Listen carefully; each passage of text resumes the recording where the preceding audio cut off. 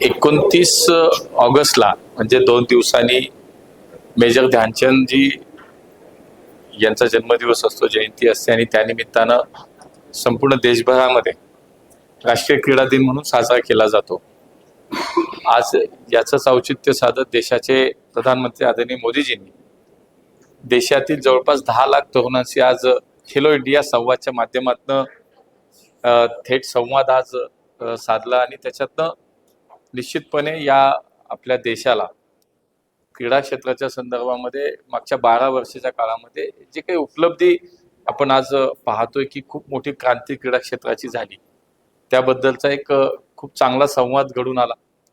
आणि निश्चितपणे आपण पाहतोय की मागच्या 12 वर्षाच्या काळामध्ये एकूणच देशाच्या क्रीडा क्षेत्राला एक वेगळं स्वरूप प्राप्त झालं. देशाच्या क्रीडा क्षेत्रासाठी वेगवेगळ्या योजना, वेगवेगळ्या धोरणात्मक निर्णयाच्या माध्यमातून आपण आलेल्या पाहतो. देशाच्या अर्थसंकल्पामध्ये सुद्धा जवळपास 4,500 कोटी रुपयाची तरतूद यावर्षी झालेली आपण पाहिली, जी कितीतरी पटीने मागच्या काळात वाढलेली दिसतेय मागच्या काळापासून. म्हणून मला असं वाटतं की खेळ हा केवळ एक मनोरंजनाचा विषय नसून खेळ हा एक या देशाची सशक्त एक युवा पिढी घडवण्याचं एक माध्यम आहे, हे आज प्रधानमंत्र्यांनी पुन्हा एकदा सांगितलं.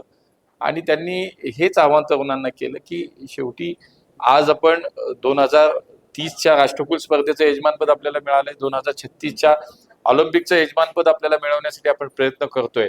आणि त्यानिमित्तानं जे जे इन्फ्रास्ट्रक्चर लागेल, खेळाडूंच्या सुविधांसाठी जे जे काही गोष्टी लागतील, सगळ्या करण्याचा प्रयत्न आपण करतोय. आणि याच्या आयोजनाच्यासाठी आपण निश्चितपणे एक सशक्त सक्षम राष्ट्र म्हणून, भारत म्हणून आपण यासाठी प्रयत्न करतोय.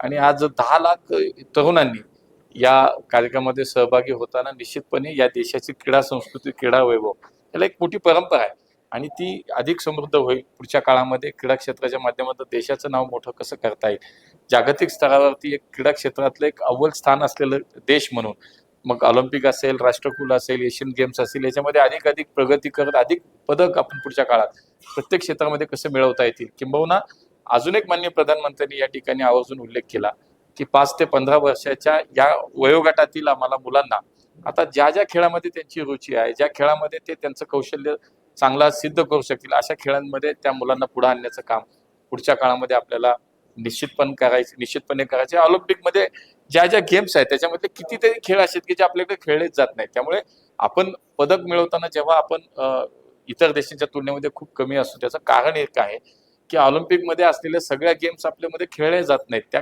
आपण पार्टिसिपेशन पण होत नाही त्याच्यामध्ये.